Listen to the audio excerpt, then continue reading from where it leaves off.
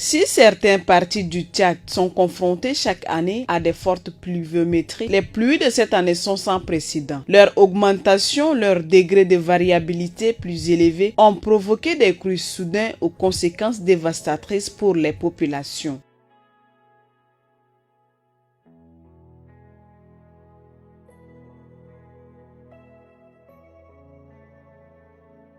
Chers téléspectateurs de Toumaï TV, votre chaîne de l'espoir s'est déplacée dans le 9e arrondissement, plus précisément au lycée de Walia, dans lequel depuis un certain temps les sinistrés résident. Nous allons partir avec vous ensemble pour découvrir comment ces personnes vivent et quelle est leur situation de vie. Maisons écroulées ou englouties, envahées par les eaux de pluie. La saison des pluies de l'année 2022 a fait des dégâts considérables, obligeant femmes, hommes et enfants à quitter chez eux. Couchés sous les arbres pour certains, sous les tentes pour d'autres, telle est la situation dans laquelle survivent les sinistrés de la capitale tchadienne, plus précisément ceux du 9e arrondissement et ceux venus d'ailleurs ont pris d'assaut le lycée de Walia pour trouver refuge. N'ayant aucune autre solution, ces sinistrés dorment à la merci des moustiques, du froid, mais surtout dans l'eau des pluies avec leur progéniture. Visage crispé et plein de détresse, cette masse ne sait à quel sens se vouer pour se faire entendre. Nos 2 chambres se sont écroulées. Nous sommes dans les moustiques.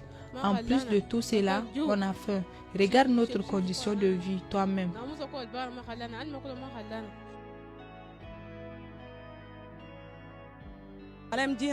J'ai fait 1 mois ici déjà, bientôt les cours vont reprendre. Comment faire? On va aller où? Même les moustiquaires, on n'en a pas. Il faut que le gouvernement ait pitié de nous. On n'a même pas 5 francs.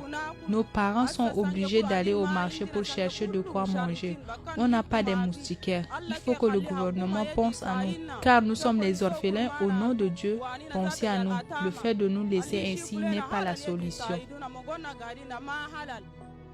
Il n'y a ni manger, je suis là et comme tout est mouillé, les activités que je faisais là, je ne peux plus faire ça comme avant pour nourrir les enfants. Je dois faire comment? Comme vous le voyez, nous sommes comme ça seulement dans l'eau. Si on était dans un bon endroit, est-ce qu'on va venir s'installer ici? Nous sommes exposés à merci des moustiques.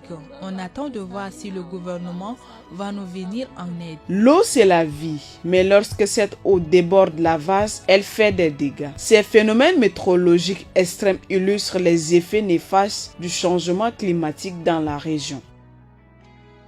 Chers internautes et téléspectateurs de Toumaï TV, vous avez vu de vous-même comment ces personnes vivent, mais surtout comment ils dorment dans l'eau, les moustiques. Alors, vous qui nous regardez et surtout des hommes de bonne volonté, n'hésitez pas à venir en aide à ces personnes.